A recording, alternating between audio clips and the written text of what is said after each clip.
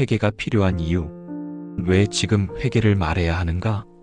오늘날 한국 교회는 외형적으로는 성장했지만 내면적으로는 심각한 위기를 맞고 있다. 축복과 번영의 복음은 넘치지만 죄에 대한 각성과 회개의 메시지는 점점 설 자리를 잃어가고 있다. 회개는 더 이상 인기 있는 설교 주제가 아니며 그 대신 긍정, 자기 개발, 감정적 치유가 중심이 된 설교가 강단을 채우고 있다. 그러나 성경은 분명히 말한다. 회개하라. 하늘의 왕국이 가까이 왔느니라. 마태복음 4장 17절 KJV 한글판. 이것은 예수님의 공생의 첫 설교이자 복음의 본질이다.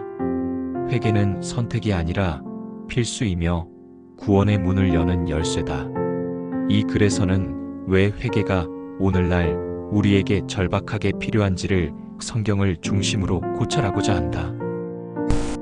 회개의 의미 단순한 감정이 아닌 삶의 방향 전환. 회개 리펜턴스는 단순히 죄책감을 느끼는 감정 상태가 아니다. 그것은 죄에서 하나님께로 돌이키는 전인격적인 전환이다. 킹제임스 성경에서 사용된 헬라어 메타노이아는 마음과 생각의 변화를, 히브리어 슈브는 돌아서다는 뜻을 가진다. 요컨대 회개란 단순히 슬퍼하는 것이 아니라 죄를 버리고 하나님의 뜻을 따르기로 결단하는 행동이다. 이는 믿음과 더불어 구원의 두 기둥을 이룬다. 하나님께서 그들에게도 회개를 주사 생명에 이르게 하셨도다. 사도행전 11장 18절. 회개가 필요한 7가지 이유. 1. 모든 사람은 죄인이기 때문이다. 성경은 모든 인간이 죄 가운데 태어난 존재라고 선언한다. 기록된 바 의인은 없나니 단 한 사람도 없으며 모든 사람이 죄를 지었으므로 하나님의 영광에 이르지 못하더니. 로마서 3장 10절, 23절. 회개가 필요한 이유는 인간이 본질적으로 하나님 앞에 죄인이기 때문이다. 죄인은 스스로 의로울 수 없고 오직 회개를 통해 하나님의 자비를 구할 수밖에 없다. 2. 회개 없이는 구원도 없다. 예수님의 첫 설교는 회개하라는 외침이었다. 그때부터 예수께서 전파하기 시작하여 이르시되 회개하라. 하늘의 왕국이 가까이 왔느니라 하시더라. 마태복음 4장 17절. 구원은 믿음으로 말미암지만 참된 믿음에는 반드시 회개가 수반된다. 회개 없는 믿음은 헛된 지식일 뿐이며 예수님의 십자가를 모욕하는 결과를 낳는다. 3. 회개는 하나님의 뜻이다. 하나님은 모든 사람이 회개하고 구원에 이르기를 원하신다. 오직 우리를 향하여 오래 참으사 아무도 멸망하지 아니하고 다 회개에 이르기를 원하시느니라. 베드로후서 3장 9절. 하나님은 죄인을 심판하시기를 기뻐하지 않으시며 회개를 통해 구원의 길로 돌아오기를 원하신다. 그러므로 회개는 하나님의 뜻에 순복하는 행위이다. 4. 회개는 참된 믿음의 열매다. 참된 회개는 믿음과 분리될 수 없다. 회개는 믿음의 토대이며 믿음은 회개 위에 세워진다. 너희는 회개하고 복음을 믿으라. 마가복음 1장 15절. 믿는다고 하면서 회개하지 않는다면 그것은 죽은 믿음이다. 회개는 죄에서 돌이켜 예수 그리스도의 의를 붙잡는 첫 걸음이며 믿음은 이 회개의 열매를 통해 증명된다. 5. 회개는 심판을 피하게 한다. 회개는 하나님의 진노에서 벗어나는 유일한 길이다. 그러나 너는 내 완고함과 회개하지 아니하는 마음 때문에 진노의 날과 하나님의 의로운 심판이 나타나는 그날에 임할 진노를 내게 쌓고 있도다. 로마서 2장 5절.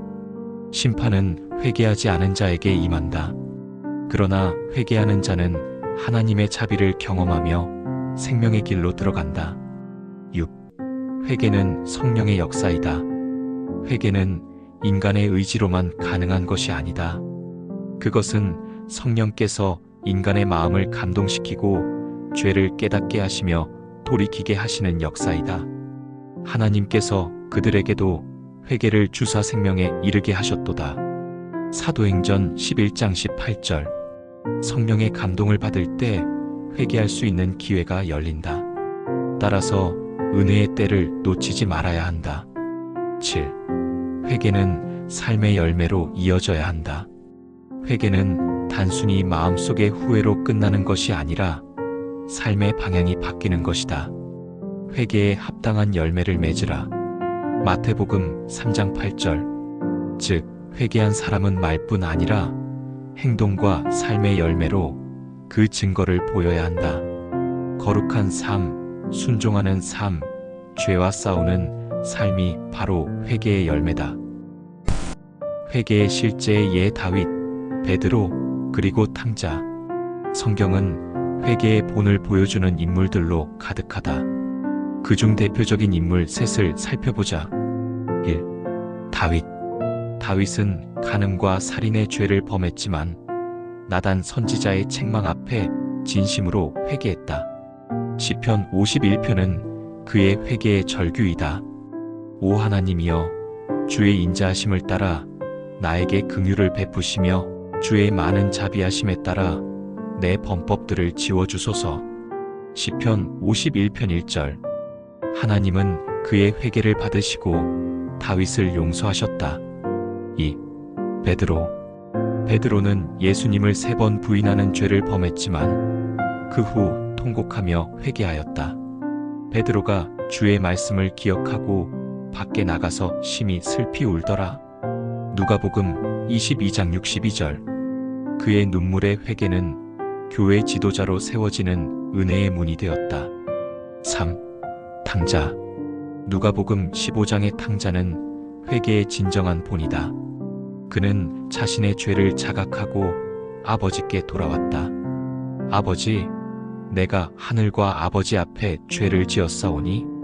누가복음 15장 21절. 그리고 아버지는 그를 달려가 맞이하며 품었다.